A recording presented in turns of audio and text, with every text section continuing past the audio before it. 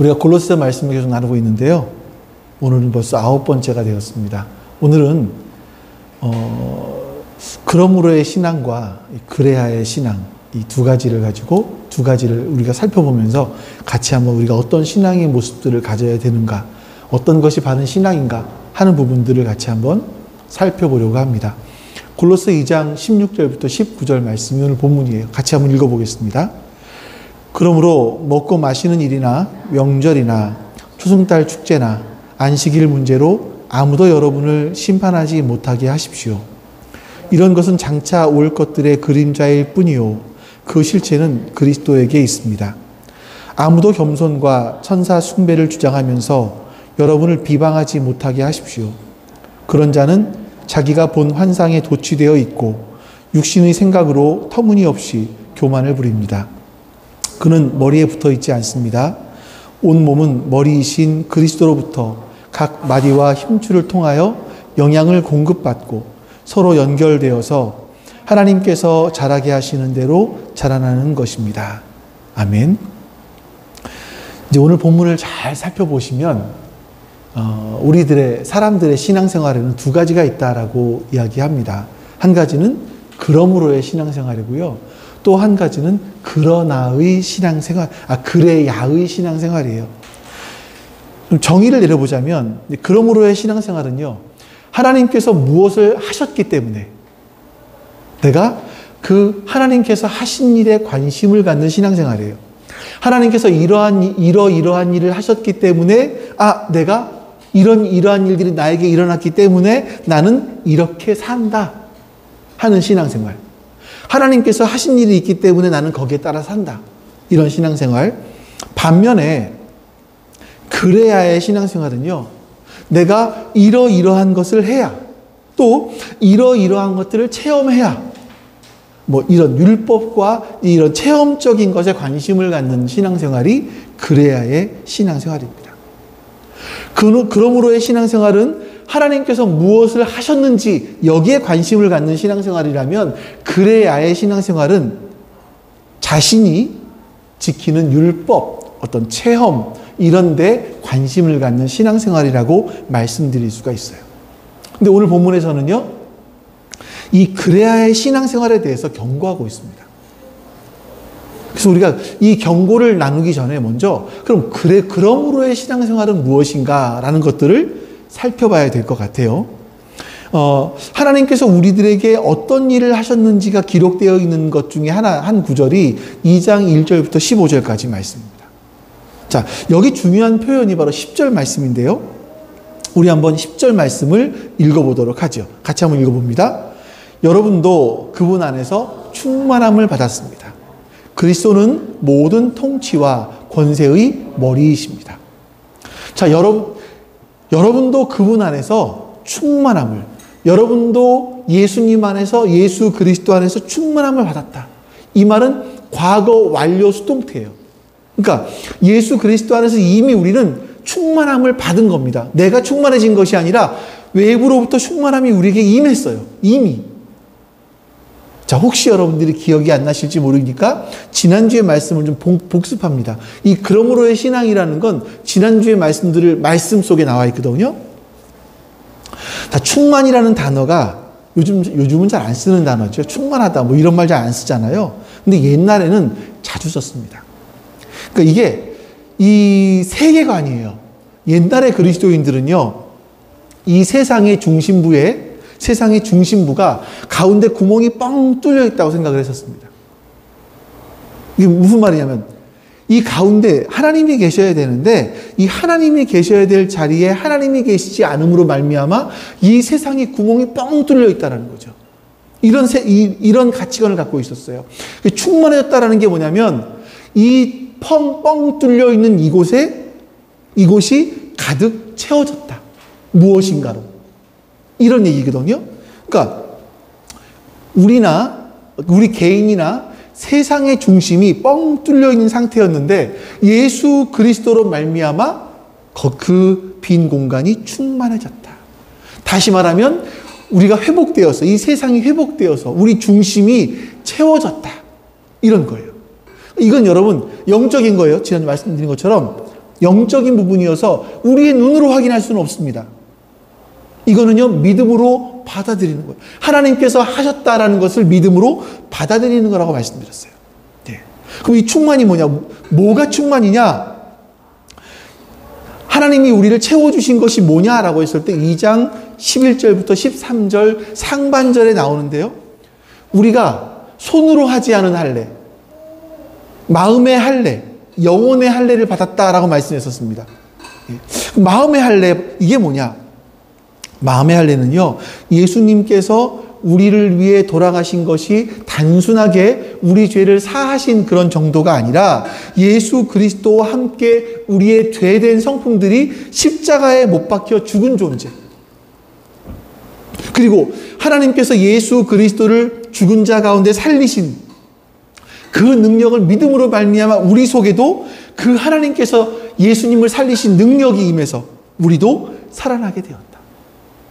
이제는 하나님 앞에 살아있는 관계가 되어서 하나님을 예배할 수 있고 하나님의 사랑을 깨달을 수도 있고 하나님을 노래할 수도 있고 이러면 하나님이 우리의 노래를 받으시고 하나님이 우리의 예배를 받으시는 그런 존재가 되었다. 다시 말씀드리지만 이건 외적으로 바뀌는 게 아니에요. 우리의 영적인 내적인 존재가 바뀌는 거예요. 존재가. 그래서 여러분들이 성경을 잘 보시면요. 성경은요. 구약의 율법을 오해할 수 있는데 성경은 너희들이 뭐뭐뭐 해라, 뭐뭐뭐 하지 말아라 이런 말씀으로 채워져 있는 것이 아니라 너희는 이미 충만해졌다라고 말씀하고 있어요. 너희는 이미 회복되어서 이미 그 안에 가득 채워졌다라고 말씀하시는 거예요. 이게 성경의 기독교 신앙의 독특함이 이거죠, 여러분. 이제 다른 신앙과 좀 비교해서는 좀 이따 말씀을 드리고요. 자, 그런데 그리스도 안에서 우리가 충만하게 채워졌다라는 것을 말씀만 한 것이 아니라 13절 하반절부터 15절까지에서는요. 우리를 충만하게 하기 위해서 하나님이 하신 일 3가지가 있습니다. 그게 뭐냐? 첫 번째, 우리를 범죄에서 우리를 모든 죄에서 사하셨습니다. 이건 여러분 너무나 잘 아시는 얘기들이에요. 더 이상 말씀드리지 않습니다. 두 번째, 우리를 거슬러서 우리를 불리하게 했던 손으로 쓴 고발장, 이 고발장을 전부 다 없애버리셨다라고 말씀해요. 자, 사탄이 여러분들 찾아가서 이렇게 말합니다. 야, 너는 이런 문제가 있잖아. 너는 이런 한계가 있잖아. 너는 이런 환경에서 자랐는데 네가 뭘 할 수 있겠어? 너는 가치가 없어. 이런 얘기를 한단 말이에요. 이게 우리를 향한 고소장들이에요. 자, 이런 고소장 우리가 가지고 와요. 그런데 하나님께서는 뭘 하셨냐면 그 고소장을 십자가에 다 못 박아서 없애버리셨다라는 거예요.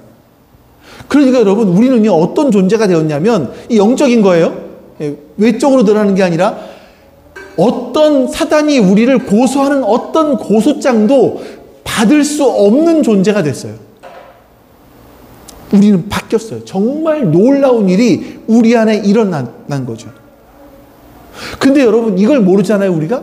이걸 모르면 어떻게 되냐면, 많은 그리스도인들이요, 자기를 향해서 고소장이 날라오면요, 냉큼 받아요. 너는 하나님의 사랑을 받을 수 있는 만한 사람이 아니야. 하나님이 어떻게 너랑 같이 일하겠어? 그러면 이런 말을 들으면 아멘, 받아요. 넌 어릴 때부터 이렇게 자랐기 때문에 한계가 있어. 그러면 넌 한계 못 벗어나. 그럼 냉큼 받아요.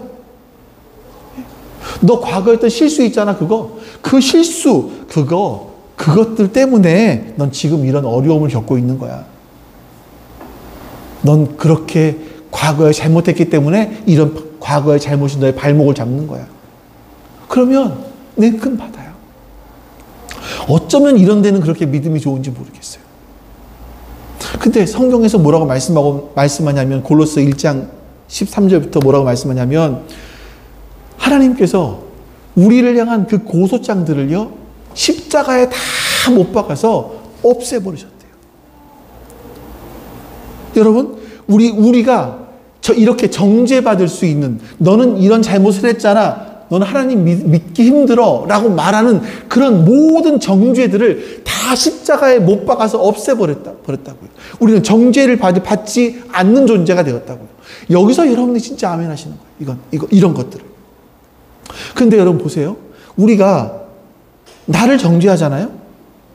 응? 여러분 잘 보세요. 나를 정죄하잖아요.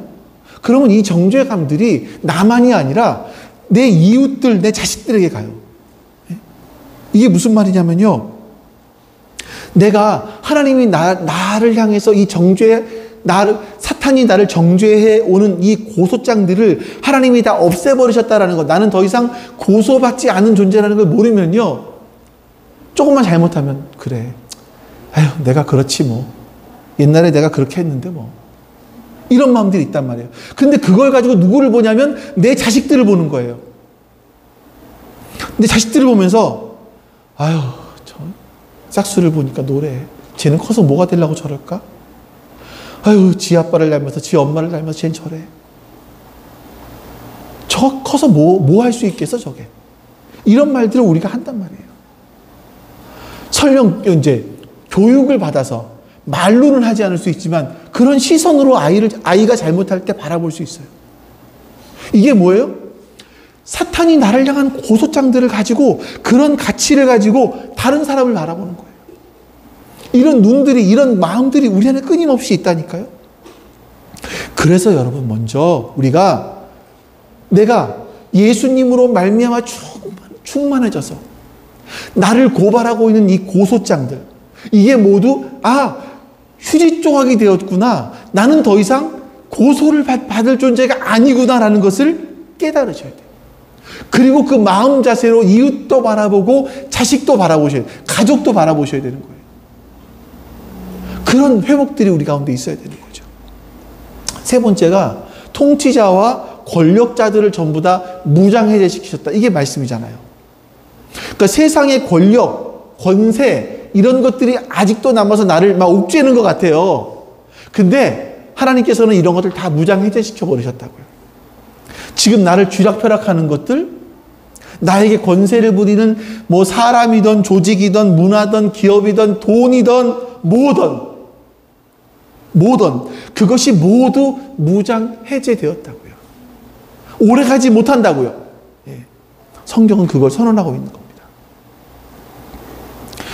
그래서 예수님은 이런 말씀하시잖아요. 우리가 가장 우리에게 영향을 주는 권세가 뭐냐면 돈 아니겠습니까? 근데 너희는 그거 돈 먹는 거, 입는 거, 마시는 거, 구하는 거, 그건 이방인들이 구하는 거야. 너희는 어떻게 해요? 우리는 어떻게 해야 돼요? 먼저 하나님의 나라와 하나님의 의를 구하면 돼요. 그러면 이 모든 것들은 너희에게 더해 주실 거야. 보세요. 나를 옥죄고 있는 이 돈이라는, 이 자본이라는 권세, 세상의 권력들, 여기서 우리는 예수님으로 말미암아 해방된 사람입니다. 이런 존재가 우리라는 거죠. 성경이 이걸 우리 선언하고 있어요. 이런 놀라운 일들을 하나님께서 우리에게 행하셨다고요. 그런데 문제가 뭡니까? 하나님이 행하신 것 같은데 이게 나한테 현실로 안 나타나. 내가 하나님의 나라와 의를 구하는 게 이게 정확히 뭔지는 모르겠는데 어쨌든 예배 잘 참석하고 뭐 기도도 좀 해보고 말씀도 읽어봤는데 돈 문제가 해결이 안 돼. 이런 마음들이 있단 말이죠. 이런 현실적인 문제가 내 삶에 현실로 나타나기 위해서 우리가 해야 될 게 있어요. 성경은 뭐라고 말씀하고 있냐면 그것을 믿음이라고 얘기해요. 믿음. 자, 우리 한번 2장 12절 말씀 읽어보겠습니다. 자, 같이 읽습니다. 시작. 여러분은 묻혔고 또한 그분을 죽은 사람들 가운데 살리신 하나님의 능력을 믿는 믿음으로 그리스도 안에서 그리스도와 함께 살아났습니다. 그리스도를 죽음 가운데 일으키신 하나님의 능력을 믿는 거예요. 자, 어떤 분이 그러더라고요. 여러분도 그러신지 모르겠어요. 믿음이 뭡니까? 저한테 믿음이 뭡니까? 물어봐요. 그래서 믿음이 뭐라고 생각하시는데요? 그랬더니 믿음은 인간이 너무나 약하기 때문에 어떤 다른 존재를 의지하는 게 믿음 아닙니까? 이렇게 얘기를 해요. 우리나라 사람들이 그렇게 보는 거예요. 우리나라 사람들이. 일반 사람들은 믿음이라는 것을 내가 너무나 약하기 때문에 누군가를 의지하는 거예요. 그걸 믿음이라고 생각을 해요. 여러분은 설마 그렇게 생각하지 않으시죠? 믿음은 그런 게 아닙니다. 예수 그리스도를 예수님이 죽었고 또한 죽음 가운데 살아나셨어요. 근데 하나님께서 우리를 예수님과 함께 묻히게 했고 예수님과 함께 살리신 그 하나님의 능력을 믿는 거예요. 믿음은요, 여러분, 믿음은요, 내가 얼만큼 믿느냐가 아니라 무엇을 믿느냐예요. 무엇을 믿느냐. 믿음의 대상이 무엇이냐예요. 그 대상이 하나님이시고 그 하나님께서 하신 일들이 분명합니다. 맞습니다. 선택하고 내가 반응하는 거예요. 반응. 그래서 여러분, 기독교의 신앙은요, 끊임없이 하나님께서 우리를 위해 어떤 일을 하셨는지를 알아가는 겁니다. 하나님이 나를 위해서, 우리를 위해서, 이 세계를 위해서 어떤 일을 하셨는지를 알아가는 거예요. 하나님께서 나를 위해서 하신 일이 무엇인지를 알아가는 만큼 하나님이 나를 위해 하신 일들을 받아들일 수 있어요. 그래 현실이 나타나는 거예요. 그래서 우리 기독교인의 기도와 세상 사람들의 기도가 다를 수밖에 없는 이유가 이겁니다.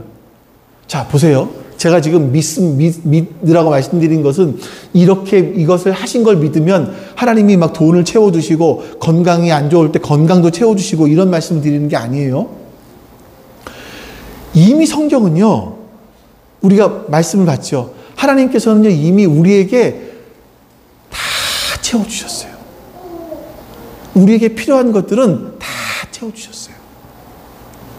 세상 사람들의 기도와 우리 기독교인들의 기도가 다른 것이 뭐냐면요, 세상 사람들의 기도는요, 아직도 우리의 삶 가운데 신이 나에게 채워주지 않은 많은 것들이 있다고 생각을 해요.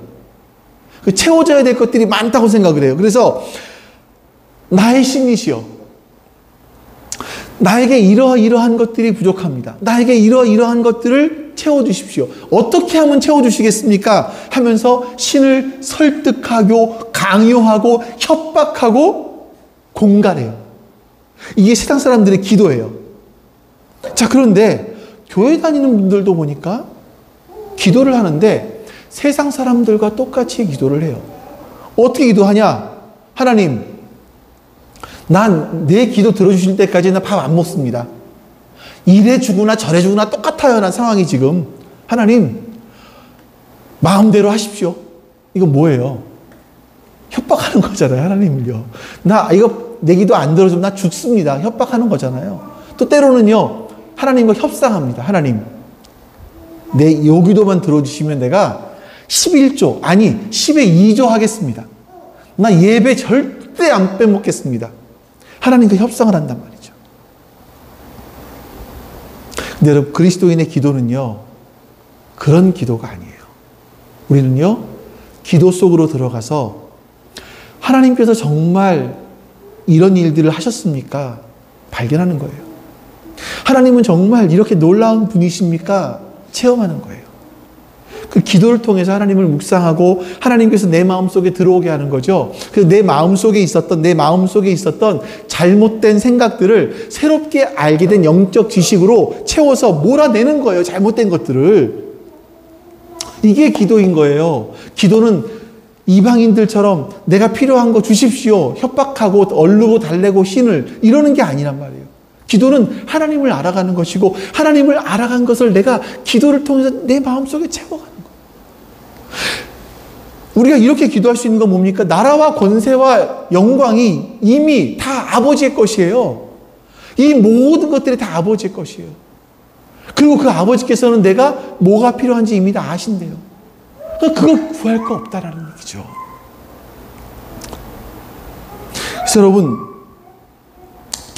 기독교인들의 기도 생활, 영적인 생활이 세상 사람들의 영적인 생활과 다를 수밖에 없는 이유는요, 여전히 세상 사람들은 뭔가 종교 생활을 하면서 뭔가 자신에게 필요한 것들을 받아내려고 하는 겁니다. 그러나 기독교의 신앙은요, 이미 완벽한 것을 하나님께서 우리에게 주셨어요. 이건 영적인 겁니다. 내 눈에 보기에 완벽한 것이 아니라 하나님께서 우리에게 보기에 완벽한 거예요. 그래서 그 완벽한 것을 내가 깨닫는 거예요. 기도를 통해서. 내 것이 되도록 하는 거죠. 이게 신앙의 본질인 겁니다. 그것을 알기 시작하고 맛보기 시작하면 여러분, 진짜 그때부터 신앙생활이 시작되는 거예요. 교회 다니면서 신앙생활이 시작되는 게 아니고요. 진짜 하나님이 나한테 어떤 일을 하셨는지를 발견하기 시작하면 그때 진짜 신앙생활이 시작되는 거예요. 그리고 이런 마음이 우리의 마음을 조금씩 지배해 가기 시작하면 우리의 신앙이 견고해지는 거죠. 정말 중요한 것 같아요. 그래서 신앙은요, 여러분, 그러므로의 신앙생활을 해야 한다고 말씀드리는 겁니다. 하나님께서 우리에게 놀라운 일을 이미 하셨어요. 이미 하셨습니다. 우리를 충만케 하셨고 모든 것으로부터 우리에게 자유와 회복을 선언하셨습니다. 그러므로 우리는 이것을 믿음으로 받아들이는 거예요. 하나님께서 이렇게 하셨습니다 라고 받아들이는 거죠. 이게 그러므로의 신앙입니다. 주님께서 이렇게 하셨기 때문에 나는 이렇게 삽니다. 이렇게 여러분과 제가 그러므로의 신앙생활을 할 수 있기를 축원합니다. 자, 그런데 이 그러므로의 신앙생활을 하지 못하게 하는 지난 2000년 동안 반복되어 왔던 또 다른 신앙의 양태가 있었는데 그게 뭐냐면 그레야의 신앙생활이에요. 그레야. 이건 율법과 체험을 중시하는 신앙생활인데요. 기독교 초창기부터 계속 있어 왔어요. 우리 오늘 본문 드디어 본문을 인제합니다. 16절 17절 말씀 같이 읽어볼게요. 자, 시작. 그러므로 먹고 마시는 일이나 명절이나 초승달 축제나 안식일 문제로 아무도 여러분을 심판하지 못하게 하십시오. 이런 것은 장차 올 것들의 그림자일 뿐이요 그 실체는 그리스도에게 있습니다. 유대인들은요, 신앙생활 잘하는 게 뭐냐 했을 때 먹고 마시는 일 잘하는 것, 또 성경에 기록된 규례를 잘 지키는 것이라고 주장을 했어요. 저는 유대인이 안 된 게, 유대인으로 안 태어난 게 얼마나 감사한지 모르겠어요. 유대인으로 태어났으면요, 첫 번째, 돼지고기 못 먹고요, 장어 못 먹습니다. 우리 없어서 못 먹는 장어, 그 장어도 못 먹습니다. 유대인들은 바른 신앙을 바른 신앙생활을 하는 게 뭐냐 했을 때, 돼지고기 안 먹는 거야. 장어 같은 이런 비늘 있는 물고기 안 먹는 거야. 이랬단 말이에요. 뿐만 아니라 우리가 바른 유대인들은 뭘 마시지 않고 뭘 먹지 않으면 신앙생활을 잘하는 걸 생각했어요. 또 명절, 초막절, 유월절, 부림절, 이런 명절들, 이런 신앙생활을 잘하는 것은 이런 절기를 잘 지키는 거야. 또 초승달 축제라든지 이게 뭔지는 정확하게 모르겠어요, 이거는요. 또 안식일을 잘 지키는 거, 이런 것들을 잘해야 신앙생활 잘하는 거야. 이렇게 말했단 말이에요. 그래야. 넌 이렇게 해야 신앙생활을 잘하는 거야. 이런 것들을 지켜야 신앙생활을 제대로 하는 거야. 근데 원래 하나님께서 구약에 뭘 먹지 말아라, 뭘 먹어라 라고 말씀하신 이유, 뭘 해라, 하지 말아라 라고 말씀하신 이유는 뭐냐면, 하나님의 사람들은요, 먹는 것부터 시작을 해서 일상의 삶까지 이방 사람들과 분리돼요. 거룩해야 돼요. 거룩. 분리되어 있어야 돼요. 근데 이스라엘 사람들은요, 이것에 근거해서 뭘 먹지 않으면, 뭘 지키면 신앙생활을 잘하는 것이다 라고 생각을 한 거죠. 근데 여기 뭐라고 말씀합니까? 자, 이런 거, 먹고 마시는 일, 명절, 초승달 축제, 안식일, 이런 것들은 뭐예요? 장차 올 것들의 그림자일 뿐이다. 자, 이게 무슨 말일까요? 제가 될까요? 자, 여기 여러분,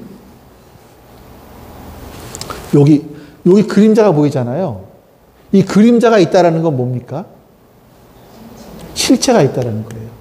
그림자가 보인다라는 건 실체가 있다라는 얘기예요. 이 말씀을 하고 있는 겁니다. 자, 이게 지금 명절을 지키는 거, 먹고 마시는 것, 또 안식일의 문제, 이런 것들은 실체이신 누구예요? 그리스도, 실체가 그리스도고, 이런 것들은 그림자일 뿐이다. 실체가 있다라는 걸 보여주는 것 뿐이다. 라고 말씀하는 거죠. 자, 예를 들어 볼게요. 6월절이 뭡니까? 이스라엘 백성들이 출애굽할 때 하나님께서 그러니까 모든 장자들이 다 죽어야 되는데 문설주에 어린 양의 피를 바르면 6월 죽음이 넘어갔잖아요. 근데 이게 뭐의 그림자였냐면 예수님, 하나님께서 우리 인간들이 하나님의 심판을 모두 받아야 될 존재들인데 예수 그리스도로 말미암아, 예수 그리스도의 피로 말미암아 그 심판이, 그 죽음이 우리를 건너뛰어 넘어갔다고요. 그 6월절은요, 그리스도께서 어떤 일을 하실 건지를 보여주신 것이고요. 이 6월절은요, 그리스도로 말미암아 완성이 됐어요. 완성. 이런 거죠. 안식일도 마찬가지입니다. 안식일은요, 제가 전에 설교한 적이 있었지만, 하나님께서 세상을 창조하셨습니다. 마지막 날 쉬셨죠. 그래서 우리는 뭘 하냐면, 안식일을 지키면서 하나님이 이 천지 만물을 창조하셨습니다를 기억하는 거예요. 신명기에서는 하나님께서 이스라엘 백성들을 출애굽시키셨습니다라는 걸 기억하는 거예요. 안식일을 지키면서. 자, 그런데 원래 이런 의미인데 인간들이 죄를 지었네요. 하나님은 이 죄 지은 인간들을 구원하기 위해서 안식일에도 쉬지 않고 일하셨습니다. 그래서 예수님 말씀하시잖아요. 하나님께서 쉬지 않고 일하시기 때문에 나도 쉬지 않고 일한다. 이런 말씀하시지 않습니까? 이게 안식일의 개념인 거죠. 그래서 여러분, 그리스도인들이 주일에 모이는 것은요, 주님께서 돌아가셨지만 부활하신 것을 기념하는 날이에요. 그리고 주님이 다시 오실 겁니다. 이거를 기억하기 위해서 모이는 날이 주일인 거예요. 여러분들은 주일날 모이셔서 다른 거 하는 거 아니에요. 좋은 이야기 듣고 가는 게 아니라 예수님께서 부활하셨습니다. 이걸 기억하는 것이고 또 예수님께서 다시 오실 겁니다. 이거를 기다리는 거예요. 우리의 주일날 모이는 이유인 겁니다. 그래서 안식일은요, 그리스도께서 어떤 일을 하셨는지 그리고 어떤 일을 하실 건지를 보여주는 날입니다. 안식일은 주님으로 말미암아 완성되었습니다. 그러니까 여러분, 뭘 해야 된다라고 했던 것들이 사실은요, 전부 예수님이 계시다. 그 예수님이 어떤 일을 하실 거야 라는 것을 보여주기 위한 그 실체가 있다라는 걸 보여주기 위한 그림자였다라는 겁니다. 근데 실체이신 예수님이 오시고 나니까 이제 더 이상 그림자는 필요가 없어진 거죠. 근데 많은 그리스도인들이 지금도 신앙생활을 하면서 신앙생활 잘하는 건 뭐예요? 주일 성수하는 거야. 신앙생활 잘하는 건 뭐예요? 10의 1조 꼭 하는 거야. 기도하는 거야. 또 뭐 말씀을 읽는 거야. 그럼 이제부터 하지 말라는 말인가? 이건 이제 극과 극으로 생각하시는 건 아니고요. 이거는 우리가 신앙생활을 하면서 최소한 우리를 하나님 앞에 붙어있게 하기 위한 방편들이죠, 사실은. 자, 어쨌든 이런 것들을 율법적으로 이래야 신앙생활을 하는 거야가 아니에요. 주일날 나와야 신앙생활 잘하는 게 아니에요. 내가 하나님을 알아가기 위해서 그 기쁨 가운데 주일날 나오는 거고, 헌금도 드리는 거죠. 그거지, 이게 반대로 되면 안 되는 거예요. 하나님께서 이렇게 하셨으므로 예배 드리는 것이지. 예배 드려야 하나님이 기뻐하시는 게 아니에요. 자, 두 번째. 좀 어려운 표현이 18절에 나옵니다. 같이 한번 볼까요? 시작. 아무도 겸손과 청사 숭배를 주장하면서 여러분을 비방하지 못하게 하십시오. 그런 자는 자기가 본 환상에 도취되어 있고 육신의 생각으로 터무니없이 교만을 부립니다. 자, 여기서 보면 천사 숭배, 겸손 이런 것들에 대한 말씀들이 나오죠. 근데 여러분, 겸손이 나쁜가요? 겸손이 나쁜 건가요?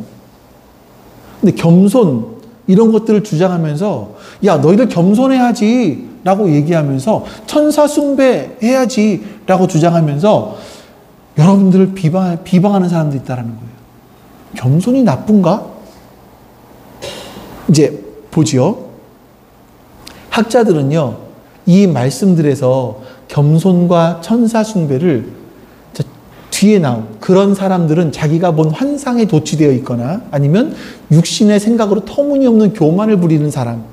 이것이 육신의 생각으로 터무니없는 교만을 부리는 사람이 바로 겸손이고 거짓 겸손이에요. 천사 숭배를 하는 사람이 자기가 본 환상에 도취되어 있는 사람이라고 바울이 지금 이야기하는 것이다 라고 학자들이 이야기를 합니다.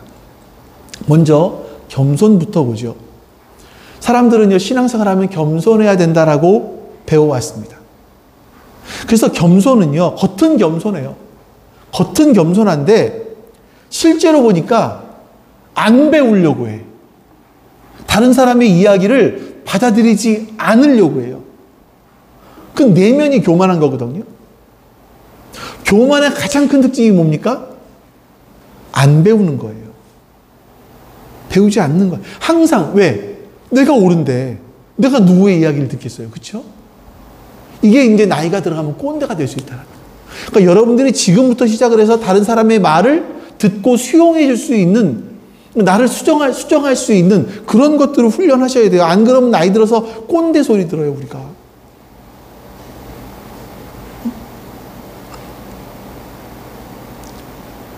네. 간혹 제가 보니까 겉으로는 굉장히 이 성품들이 좋은 분들을 만나요. 이런 분들을 만나요. 그분들은 많은 훈련을 통해서 이런 좋은 성품들을 갖게 되었을 텐데 이상하게 보면 안 변해. 안 바꿔. 자기를 안 바꿔요. 그렇지요. 좋지요. 근데 다음에 보면 똑같아. 왜냐하면 항상 내 판단이 옳거든요. 그래서 겉으로는 표정은 아주 온화하게 맞는 것처럼 미소를 짓고 있지만 내면에서는요, 절대 넌 틀렸어. 내가 항상 옳아. 이런 생각을 가지고 있는 거예요. 이게 잘못된 겸손이에요. 육신의 생각으로 터무니없는 교만을 부리는 거예요. 나만 항상 옳다. 옳으신 분이 누구예요? 하나님이시잖아요. 근데 나만 항상 옳다. 이런 교만을 부리는 게 거짓 겸손인 거예요. 또 한 가지가 뭐냐면 천사 숭배라고 하는데 이건 뭐냐면요, 자기가 본 환상에 도취되어 있는 거죠. 아마도 사람들이 기도하다가 영적인 체험들을 많이 했던 것 같아요. 근데 내가 영적인 체험을 하면 그 영적인 체험을 절대적인 것으로 인정을 하는 거예요. 제 이야기를 한번 할게요. 저는 이제 그 고1 때부터 교회를 다니기 시작을 했고요. 제가 좀 열심히 특심이었나 봅니다. 그 당시에 이 교회가 이렇게 나눠졌어요. 작은 교회였는데 나눠지게 되었고, 나눠지면서 이제 뭐 전도사, 우리 학생부를 지도하던 전도사님이 안 계셨어요. 그래서 이제 뭐 때문인지는 잘 기억은 안 나는데 어쨌든 그 다음 날이 빨간 날이면 그 전날 모여서 밤새도록 기도를 한 거예요. 교회에서. 그리고 그때가 통금은 없었을 것 같은데 새벽에 어쨌든 이렇게 집에 들어가고 이런 일들이 종종 있었습니다. 그러니까 제가 뭐 이렇게 영적으로 뛰어난 사람이기 때문에 기도를 했다기보다 친구들과 함께 모여서 함께 있는 것들이 좋았던 것 같아요. 근데 그때 참 여러 가지 영적인 체험들을 많이 했었습니다. 그 중에 한 가지 말씀드릴게요. 에피소드 하나인데, 뭐 작은 교회다 보니까 글쎄요, 앞에가 이만했을까? 전체가 우리 교회 조만했을까 싶어요. 근데 앞에 강대상이 큰 게 하나 있고 그 양쪽 옆에는 한 요만한 공간들이 있어요. 요만한 공간. 사람들이 오르락내리락 할 수 있는. 저는 이제 이 왼쪽 편에서. 왜 왼쪽 편인지 모르겠어요. 하나님의 우편이라서 그랬는지 모르겠어요. 하나님 이 왼쪽 편에서 이렇게 막 거기서 막 이러고 기도를 막, 기도할 때 열심히 하다 보면 막 인상을 쓰잖아요. 이렇게요. 기도를 했어요. 한참을 기도하고 났는데 이 눈앞에 뭔가 하얀 물체가 이렇게 보이는 거예요. 하얀 물체가. 그때는 이제 뭔가 막 이렇게 막 체험하고 보고 방언하고 환상 보고 이런 걸 되게 어린 나이니까 중요하게 생각하잖아요. 근데 보니까 막 이게 있는 거예요. 너무 궁금한 거죠. 이게 천사일까 귀신일까? 여러분은 뭐 같으세요? 막 그때 이제 무슨 얘기들을 막 했었냐면 친구들끼리 야, 방언도 조심해야 돼. 방언도 천사의 방언이 있고 마귀의 방언이 있어. 마귀의 방언은 혀가 말려 들어가. 막 이런 얘기 했단 말이에요, 옛날에. 뭔지도 몰라요, 하여간에. 방언을 하면서 나도 항상 방언을 처음 시작했는데 방언을 할 때 뭐 이렇게 혀가 말리는지 안 말리는지 이런 거에 관심이 많았단 말이에요. 근데 이게 눈을 하얀 게 뭐지? 근데 나중에도 또 기도하다 보면 하얀 게 있어요. 이게 뭘까?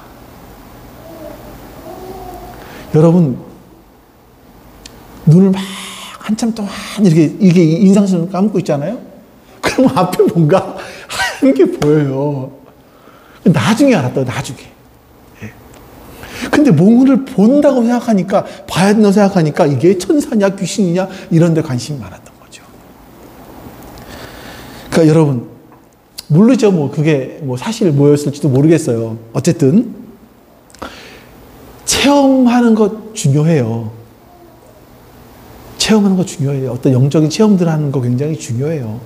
기도를 하시다가 어떤 은사들을 경험하는 것도 되게 중요해요. 어쩌면 저는요, 그 체험이 저를 지금까지 이끌고 오기도 했었으니까. 그 체험이 제가 신학교 4년 동안 다니는 동안에 저를 흔들리지 않게 하기도 했었으니까. 그거 말고, 요거 눈에 보인 거 말고요. 다른 체험들이. 근데 그 체험들이 진짜인지 가짜인지를 확인할 수 있어요. 우리가 그 체험을 붙들기 시작을 하면 우리의 신앙은 잘못된 곳으로 갈 수 있어요. 나는 다른 사람이 보지 못한 걸 봤어요. 나는 다른 사람이 느끼지 못하는 걸 느꼈어요. 나는 다른 사람이 갖지 못한 체험을 했어요. 그럼 뭐예요? 하나님께 감사하세요. 그런 걸 주신 하나님께 감사하세요. 분명한 것은요, 내가 특별하기 때문에 하나님께서 나에게 이걸 주신 것이 아니라, 이런 은사를 주신 것이 아니라, 이런 은혜를 경험하게 하신 것이 아니라, 오히려 어떻게 보면 나는 흔들릴 만한 가능성이 너무나 많은 사람이기 때문에 이런 것들을 보여주셔야만 내가 갈 수 있기 때문에 보여주셨을 가능성도 커요. 저를 보면 그래요. 그래서 여러분, 그것을 신앙의 절대적인 기준으로 삼으면 안 돼요. 어떤 한 교회에서는 방언을 해야 된다. 방언 못하면 구원받지 못한 거야 라고 얘기했었어요. 과거에. 이런 기준은 안 된다는 거죠. 자기가 본 것에 도취되어서, 자기가 본 환상에 도취되어서 다른 사람도 판단하는 거예요. 너 이런 환상 봤어, 못 봤어?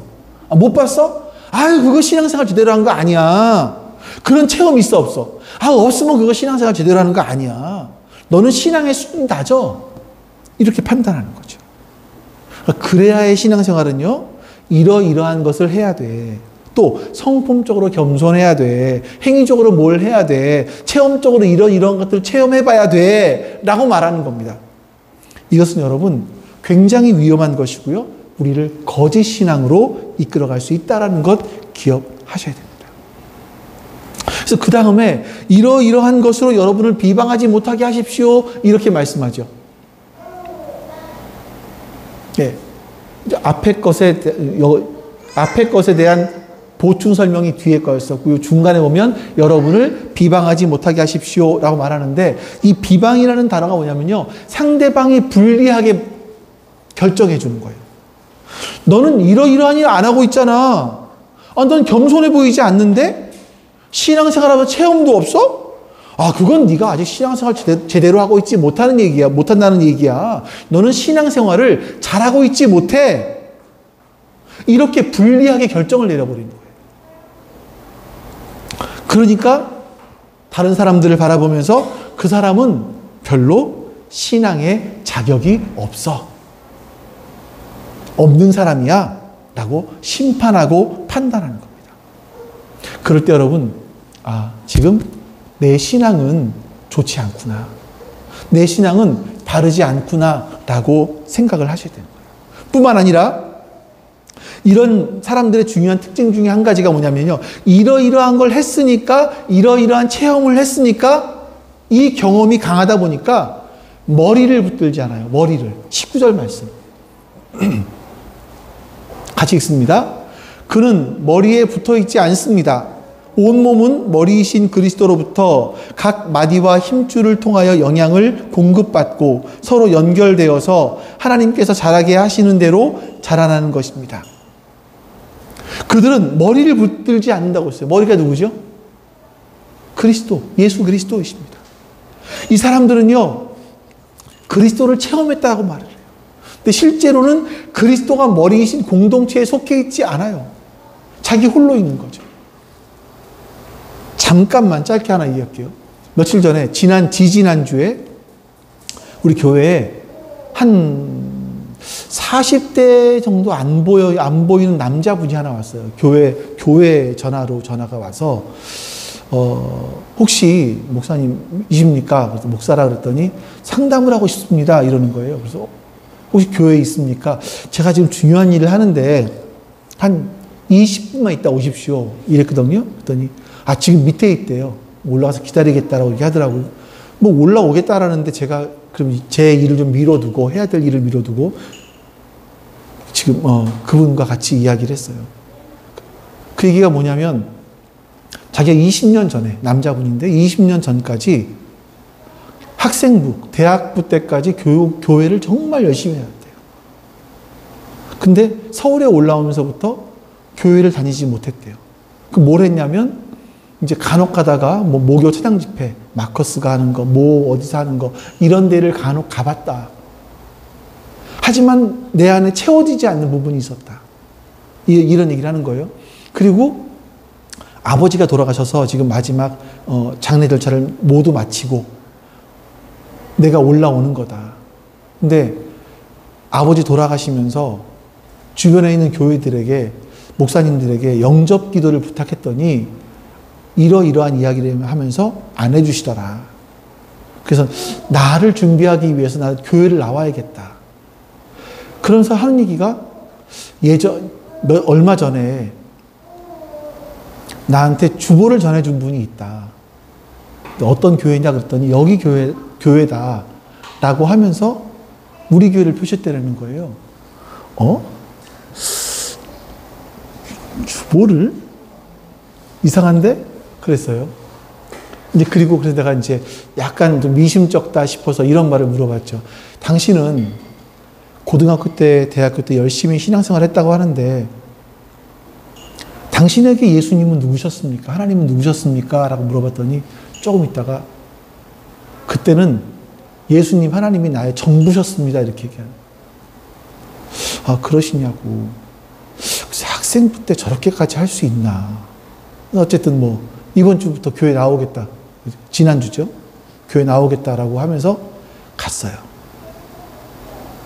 전화번호를 알아서 갔어요. 근데 저한테 전화를 걸었어요. 거는데 전화가 왜 스팸으로 뜨지? 전화번호가 스팸 신고가 들어와 있는 전화번호로 뜨는 거예요. 그래서 어쨌든 그거 두고 이름은 적어놔야 되니까 이름 적어놨어요.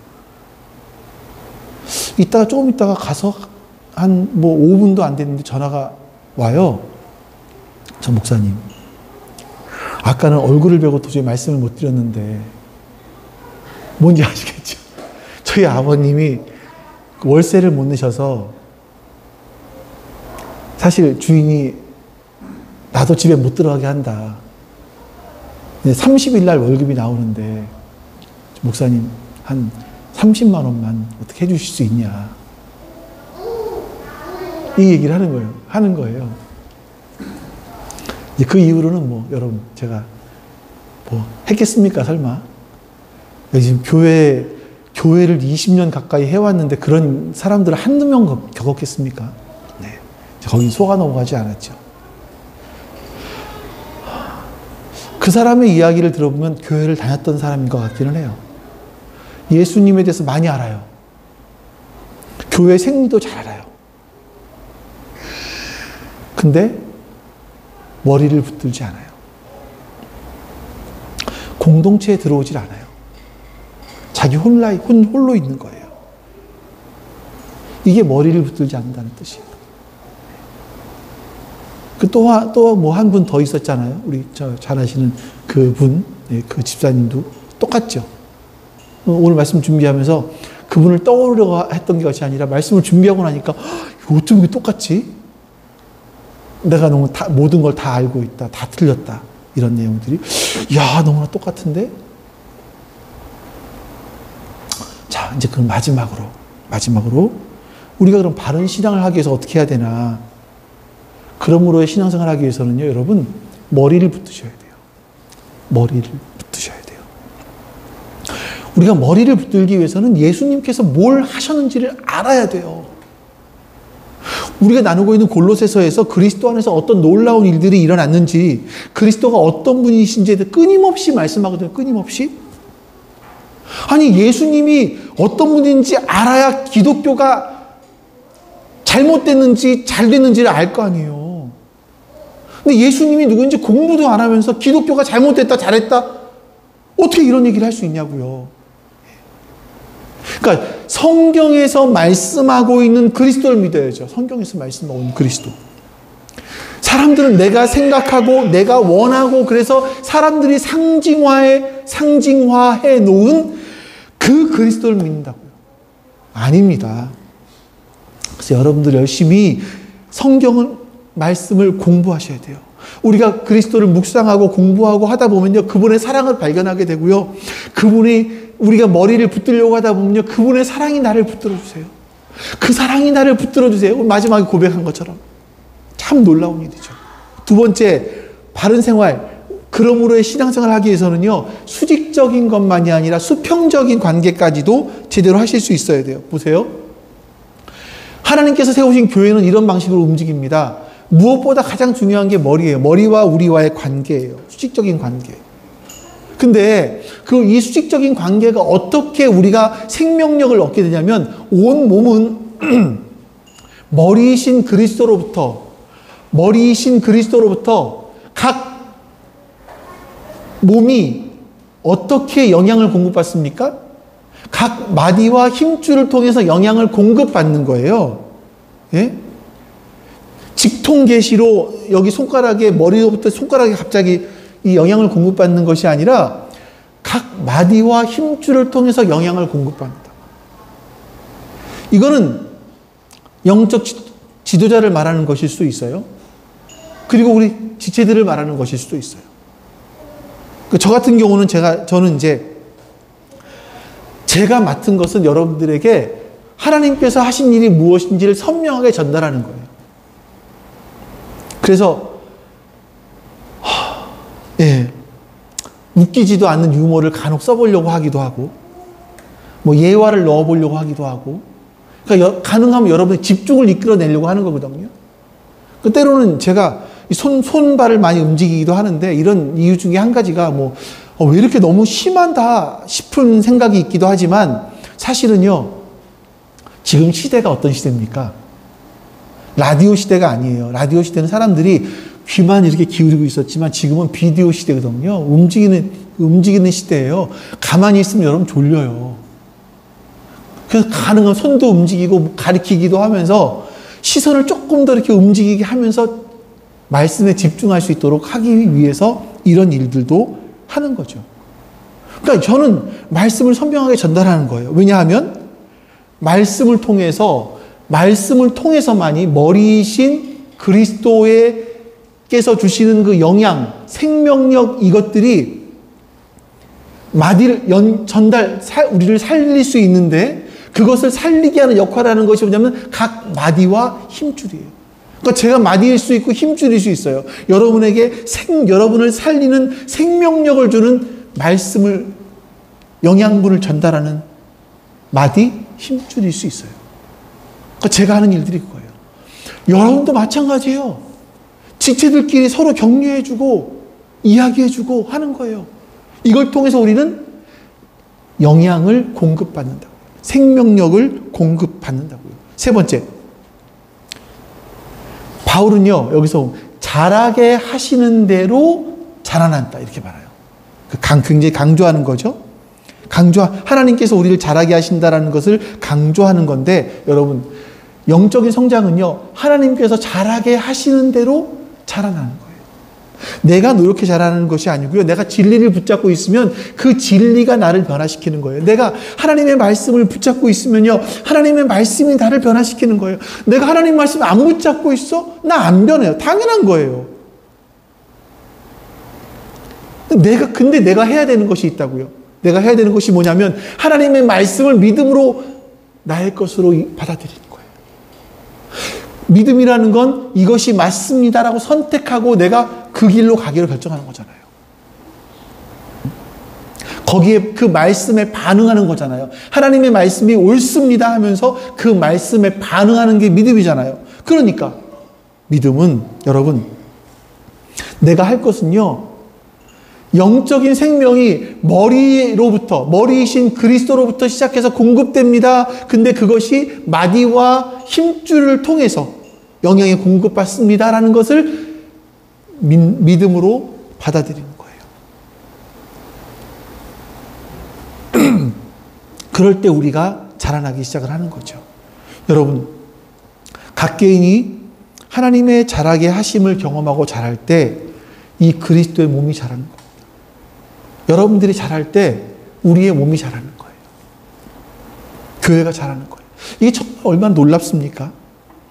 각 개인이 그리스도로 말미암아 성장하고 변화되기 시작을 하고 그러면 그것들이 바로 그리스도의 몸 교회가 자라기 시작하는 거라는 겁니다. 여러분 예수님을 깊이 아시기 바랍니다.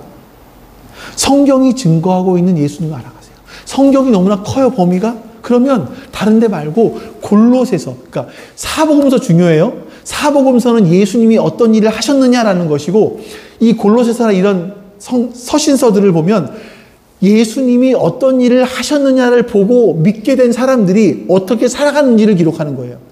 그러니까 골로새서를 읽으세요. 골로새서 전체가 어려워요? 그러면 골로새서 1장 15에서 20절, 2장 5절에서 10절까지 거기서 말씀하고 있는 그리스도가 누구신지 보세요. 예수님이 나 한 사람 구원하기 위해서 십자가 달려 돌아가시고 나 한 사람 구원하면 끝? 이게 아니에요. 예수님께서 하나님께서 예수님을 통해서 하신 일들이 얼마나 어마어마한지 아셔야 돼요. 이걸 알아야 우리가 신앙생활을 제대로 할 수 있다고요. 지난 2000년 동안 많은 그리스도인들이 이것을 발견하고 신앙생활을 해왔습니다. 그러니까 이걸 알면 정말 깊은 것을 할 수 있는데 이거를 모르고 교회의 발만 딛고 살아가면 우리가 진짜 신앙의 맛을 모르게 되죠. 저는 여러분 우리가 이 놀라운 은혜가, 이 놀라운 하나님의 말씀이, 이 놀라운 하나님께서 하신 일들이 여러분에게 사실 그대로 다가와지기를 여러분은 믿음으로 받아들이고 삶으로 반응하실 수 있기를 주님의 이름으로 축원합니다. 아버지 하나님 감사합니다. 하나님의 그 선하심과 인자하심이 오늘도 우리 가운데 함께 해주셔서 그 사랑이 우리를 이끌어 가시는 그 은혜들을 경험하게 해주셔서 감사합니다. 그 사랑이 우리를 숨쉬게 해주는 그 은혜를 경험하게 해주셔서 감사합니다. 아버지 하나님, 우리가 매일매일 살아가며 주님의 사랑을 경험하게 해주시고 그 사랑으로 살며 그 사랑으로 살아갈 수 있도록 도와주시옵소서. 감사드리며 우리 주 예수 그리스도의 이름으로 기도하옵나이다. 아멘. 여호와는 내게 복을 주시고 너를 지키시기를 원하며 여호와는 그의 얼굴을 내게 비추사 은혜 베푸시기를 원하며 여호와는 그 얼굴을 내게로 향하여 두사 평강 주시기를 원하노라. 아멘. 이제는 우리 주 예수 그리스도의 은혜와 아버지 하나님의 사랑하심과 성령 하나님의 교통하심과 내주하심이 지금 주 앞에 머리 숙여 예배하며 그 사랑을 깨닫기를 소망하는 모든 하나님 백성들 머리 위에 지금부터 영원토록 함께 하시기를 간절히 축원하옵나이다. 아멘.